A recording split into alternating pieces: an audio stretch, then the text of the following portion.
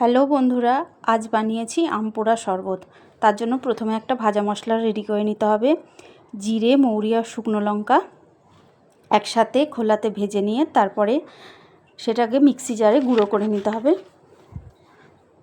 তারপর গুঁড়ো হয়ে গেলে গ্যাসের মধ্যে আস্তে করে সিম করে একটা আম, একটু বড় সাইজেরই আমটা, আস্তে আস্তে গ্যাসটা সিম করে সেটাকে ভালো করে পুড়িয়ে নিতে হবে, যেন ভিতরে পুরো সেদ্ধ হয়ে যায়, কাঁচা না থাকে।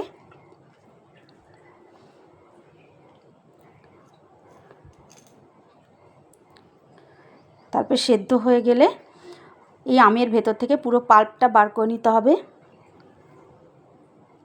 পাল্পটা বার করে নেওয়ার পর তার মধ্যে সেই ভাজা মশলাটা আর বিট নুন আর তার সাথে জল দিয়ে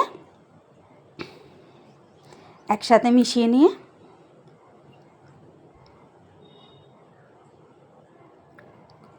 ছেঁকে নিলেই রেডি। আর যারা একটু মিষ্টি খেতে চান তারা গুড় দিয়ে খেতে পারেন, আর যারা মিষ্টি না দেবেন তারা মিষ্টি নাও দিতে পারেন। এই গরমের মধ্যে ঠান্ডা ঠান্ডা এই আমের শরবত যেন অমৃত। তারপর লেটস এনজয়।